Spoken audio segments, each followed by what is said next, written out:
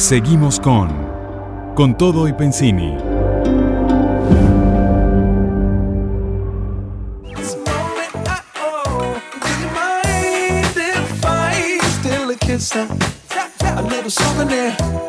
De nuevo con ustedes aquí en Con Todo y Pensini y Globovisión. Estamos con Irán Gaviria, presidente del partido Puente, @Irán con M, Gaviria con G, para que lo sigan.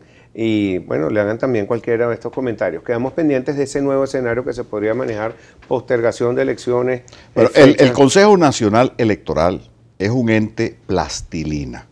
Se amolda en Miraflores y en la Asamblea Nacional Constituyente. Así como cambió las elecciones del 22 de abril al 20 de mayo, cualquier cosa puede pasar. En el interés de la permanencia de Nicolás Maduro en la presidencia de la República, la va a hacer. Ahora, nosotros tenemos una posición muy clara. Que haya condiciones como las establece la Constitución y las leyes. O sea, no piden más nada. Electoral. Pero es que además, Pedro, todos quienes nos están escuchando, el viernes 1 de diciembre, en Santo Domingo, los cancilleres de México, Chile, San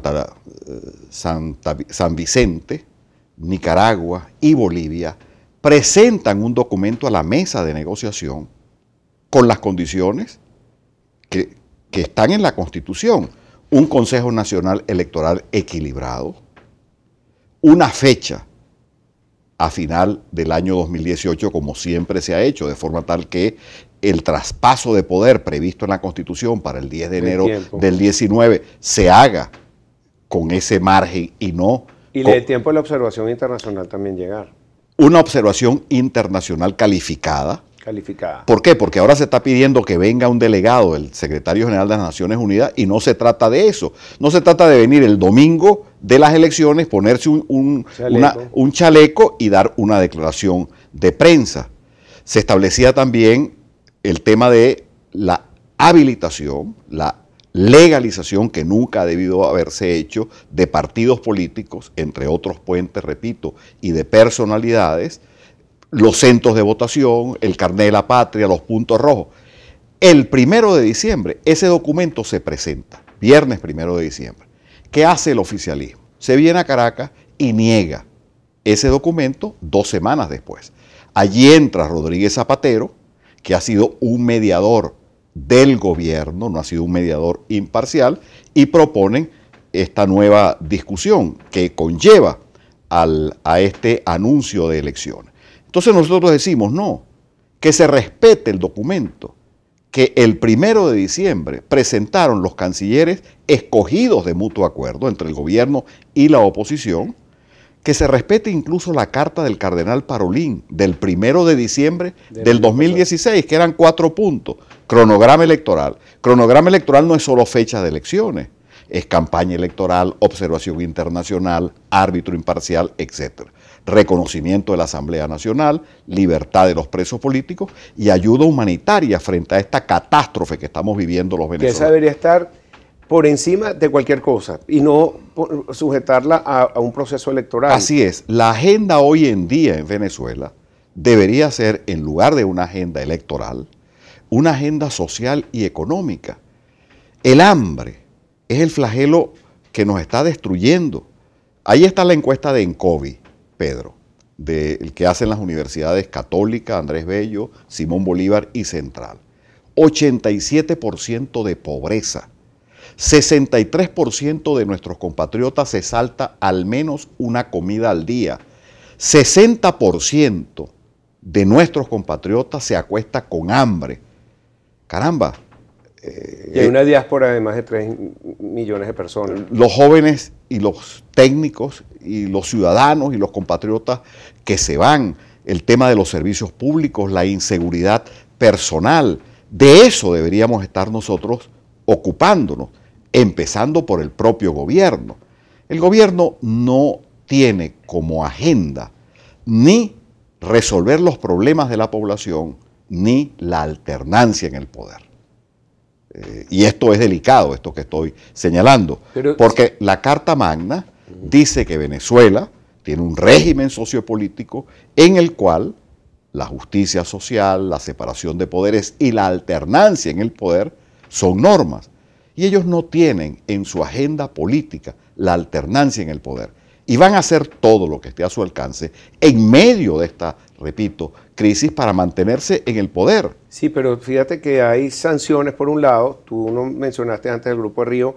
Hoy se presenta que en Venezuela el Grupo del ALBA, donde a ALBA le dicen tomaría acciones ante pretensión de discriminar a Venezuela, hablando de la cumbre de Perú, pero son consecuencias a todos estos escenarios que tú estás hablando y de todo lo que ha pasado. ¿Cómo ves tú esta posición del ALBA hoy en Caracas? Y mira, son distintas personalidades.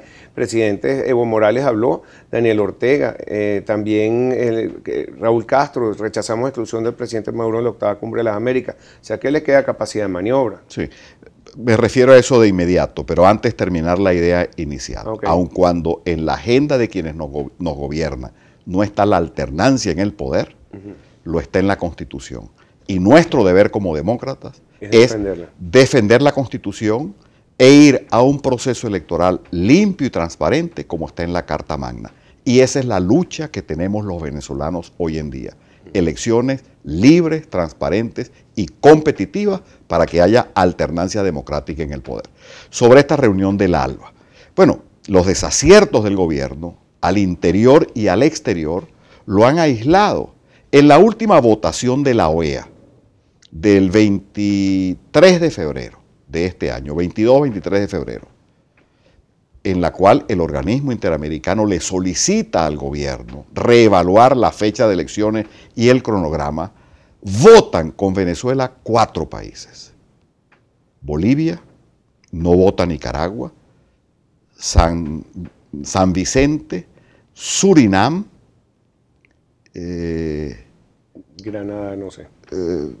Un cuarto país. No importa. Ni siquiera Nicaragua, Ecuador tampoco vota. Más el voto de Venezuela, 5 votos. Entonces, esto que está pasando en Venezuela tiene repercusiones internacionales. ¿Qué pasa en Venezuela? Lo que tú señalas. El hambre, la pobreza, expulsan del país a millones de compatriotas. Está el tema del terrorismo, está el tema del narcotráfico, está el tema de la conflictividad que nosotros estamos generando en la región. Y por eso nosotros, hoy Venezuela, es un tema de la agenda internacional. ¿Qué habría que hacer en el país?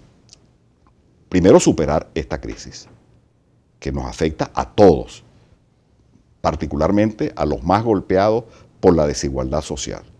Ir a un proceso electoral limpio y transparente, en el cual concurran todos los partidos políticos habilitados y todos los candidatos, un árbitro imparcial como manda la ley, observación internacional, en una fecha en donde se pueda hacer una campaña electoral como se hace tradicionalmente y que el pueblo hable.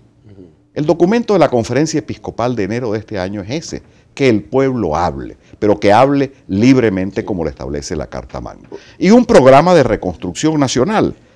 Puente, desde su nacimiento, Pedro, ha venido proponiendo algunas ideas contenidas en 20 puntos para Venezuela. ¿Qué hacer con la agricultura, con el petróleo, con la seguridad, con la economía, con las relaciones internacionales, con las Fuerzas Armadas? Ponernos de acuerdo en un programa de reconstrucción nacional. Eso es lo que nosotros vemos para nuestro país. Hoy tuvimos aquí en Globovisión, invitado a Vladimir Alaguno, tuvo Vladimir a Chugo Torrealba, que es un ex dirigente de lo que fue la MUD. Y él tiene una posición que no dice que vayan o no vayan a votar, pero sí exige que se diga cuál es la estrategia de la abstención, porque la abstención es no hacer nada y no es una posición proactiva, que él está esperando que distintos miembros de la oposición le digan qué se va a hacer si se abstienen de este proceso. Lo que hay que hacer es exigir lo que está en la Constitución, elecciones libres y transparentes, en la Constitución y en las leyes orgánicas que tienen que ver con los procesos electorales. Presentarle a los venezolanos una propuesta de cambio creíble, realizable, un gobierno de unidad y de entendimiento nacional y solventar los problemas urgentes, que tengamos alimentos en los anaqueles de abastos, supermercados, carnicerías, medicinas, en las farmacias, que se reactive el aparato de salud, empezando por los hospitales, por las clínicas, mejoramiento del transporte público, mejoramiento de la seguridad, que es el mejoramiento de la policía, de las cárceles, el desarme de la población. Y para eso tenemos un maravilloso país, Pedro. Nosotros tenemos aquí capital humano, riquezas naturales, infraestructura, para estar a la altura del siglo XXI, para que esos muchachos que se están yendo porque no tienen esperanza de quedarse acá, puedan realizar su sueño. De eso se trata. Y hoy no es un tema de votar o no votar, abstenernos o participar, no. Una unidad de los demócratas venezolanos y un objetivo: elecciones libres y transparentes, como están en la Constitución y como lo propusieron los cancilleres a la delegación del gobierno y la oposición el 1 de diciembre del año 2017. Te vuelvo a preguntar, tengo apenas 1 minuto y medio para esta respuesta que puede ser complicada, pero ¿qué pasa si alguna fracción de la oposición o la MUD decide entonces, si se le da la oportunidad de inscribir a un candidato, ir a primarias y lanzarlo? ¿Cuál sería la posición de Puente o tuya personalmente? No, nosotros insistimos en que, uno, hay una estrategia, un objetivo que es salir de esta pesadilla por las vías democráticas, pacíficas, constitucionales y electorales. Eso solo es posible si hay la unidad de los demócratas venezolanos.